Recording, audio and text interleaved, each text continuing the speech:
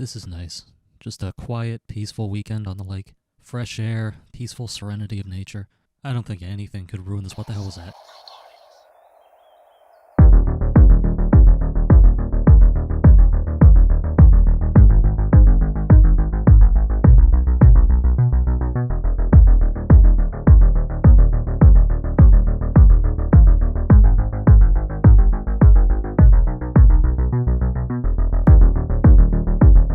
Well, fishing didn't go as planned.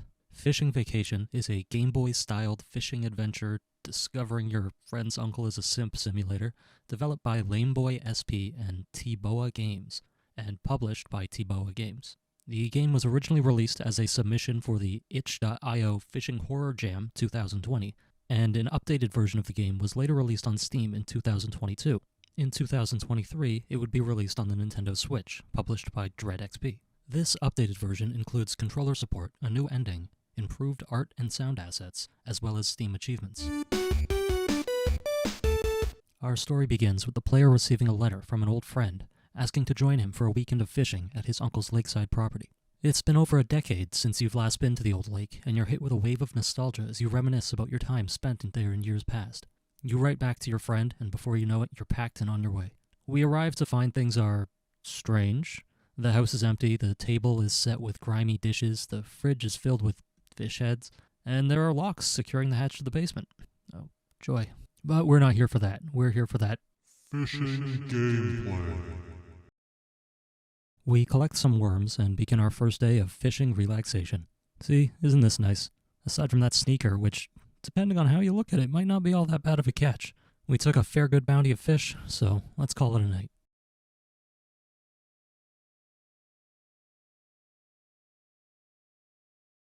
We awake to start our first day of proper fishing. We get our worms and start casting our lines. You see, this is what it's all about. Just a couple of dudes busting the rods out and hooking up with fish. I mean not hook like hooking like catching fish. You know, like fishing. You know, like guys being dudes being bros, homies being homely. Yeah, that kind of works. Homies being homely. Oh wait, look at that, we're out of worms, let's go to bed.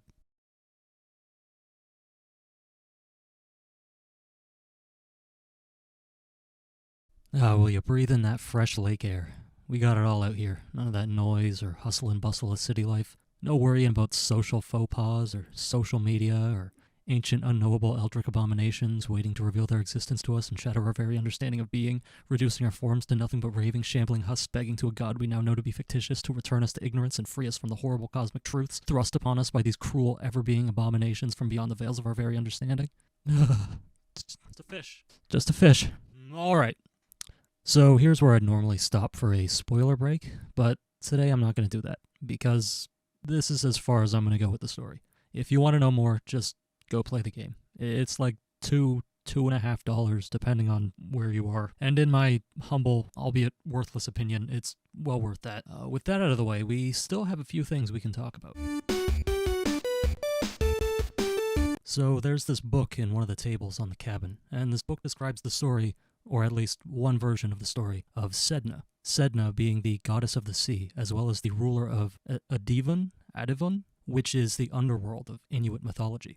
As I mentioned before, there are multiple versions of this tale, most of which carry some similar story beats and ideas throughout. The story starts with a man being petitioned for his daughter's hand in marriage by a mysterious stranger. The man agrees and sends his daughter Sedna off to live with her now husband. As it turns out, the man wasn't a man at all, but a raven in disguise, or sometimes described as a loon, or just some sort of bird person. Either way, Sedna is definitely nonplussed about this arrangement, having to live on a barren, rocky island eating rotten fish heads with only a talking bird to keep her company. She cries out and laments her situation, and her father, hearing her cries, does what any father would do once he discovers his daughter is involved with a furry, and sets off to rescue her. He rescues Sedna, and the two set off back home. The Birdman, discovering his wife has taken flight from their home. You see what I did there? Pretty good, right? Oh, all right, I'm sorry. I won't do it again. Where the hell was I? Oh, right. The Birdman discovers this and sets off to get Sedna back. He calls on the spirit of the sea to create turbulent waters to help aid him in his chase.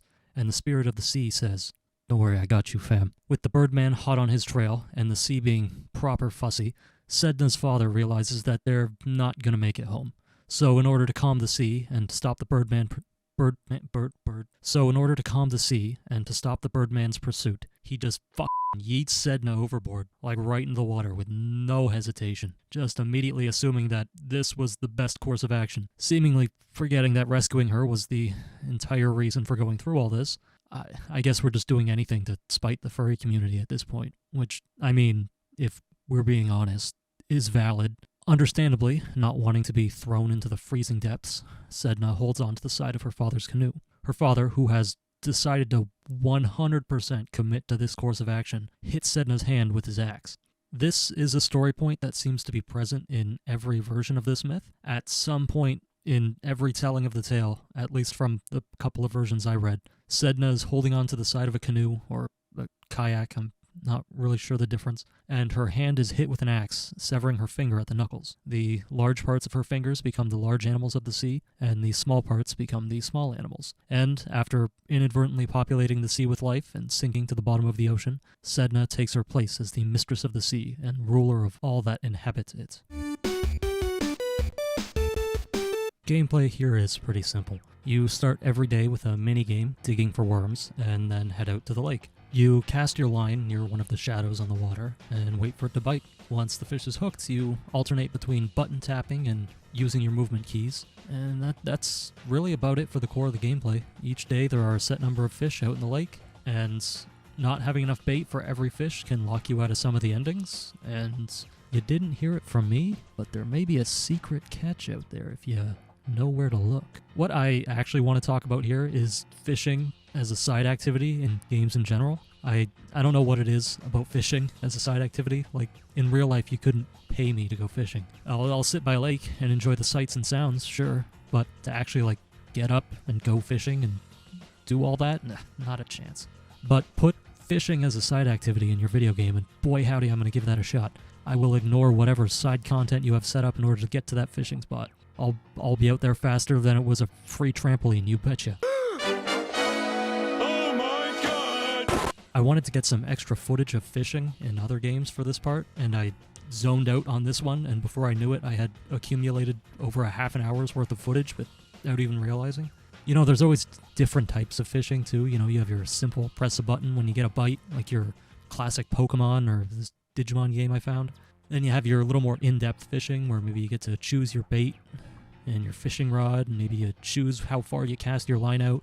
Maybe you have to position your rod a certain way or alternate between reeling in and giving slack, and maybe you just keep your line at a certain point, and you know, as I was writing this, I wanted to get some footage from that Vita anime fishing game, but I couldn't remember the name of it. This one right here. And I stumbled across this webpage called the Fishing Game Index, and I just thought this was the cutest shit ever. I mean, look at this page. What the hell was I talking about? Okay, before I move on, I just wanted to bring to your attention how badly I wanted to use the opening from 2 cars in every garage and 3 eyes on every fish, but I didn't. I thought the trampoline was a better bit. See, I just want you to know that I'm trying to be a better writer. I'm out here, I'm trying my damnedest, and I just want you to know that. You know, now that I think about it, I've gone this entire video without mentioning the general either. Oh, shit. On the sound side, there really isn't much. I think the only song that plays in the game is the title theme, and the song that plays during the worm minigame. Aside from that, the only thing you're really going to be hearing is the sound of your fishing rod and the little voice bites after you make a catch. You caught up. It all sounds good, don't get me wrong. It's fitting for what it is. There just isn't all that much to talk about. Overall, I guess I'd say it's pretty good. Visuals are largely the same. The game looks like it would play on a Game Boy. It's got a pretty nice little bit of 8-bit sprite work. The few animations there are, like casting your line, are all done well. And later on there are some pretty, let's say, spooky visuals that are, you know, all done well.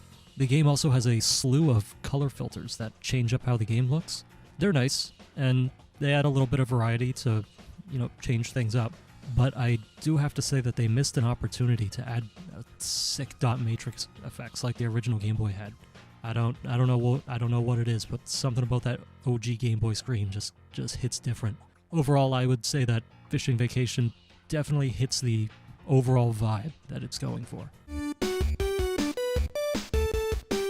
So yeah, overall I enjoyed Fishing Vacation. I generally enjoy titles like this overall, just small little horror titles. I think they're neat. That's about it. It's like you use the medium of games to tell me a ghost story.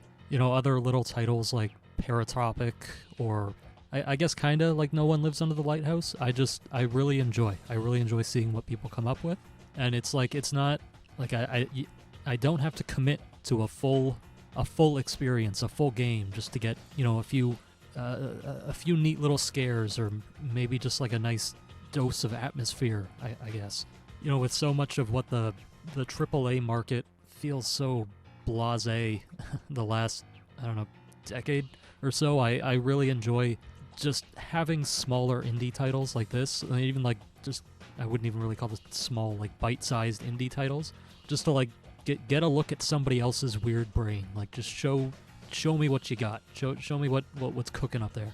And I just really like these. I really like little experiments like this and little bite-sized horror experiences, I guess you could say. Yeah, as you might have noticed, I tried something a little different this time with making the finale unscripted and just talking into a microphone, and this is a goddamn nightmare. Holy hell. Yeah, I don't think I'm gonna do this again. I'm just, as much as I hate writing, God, this feels like being at the front of the class. I hate this. So yeah, if you liked the video, thank you. If you got something to say, leave a comment. I read all the comments for those who actually do it. And yeah, until next time, take care. Okay, I looked up Pengu on YouTube to get the Newt Newt sound, and the official Pengu channel has 6.5 million subscribers. What the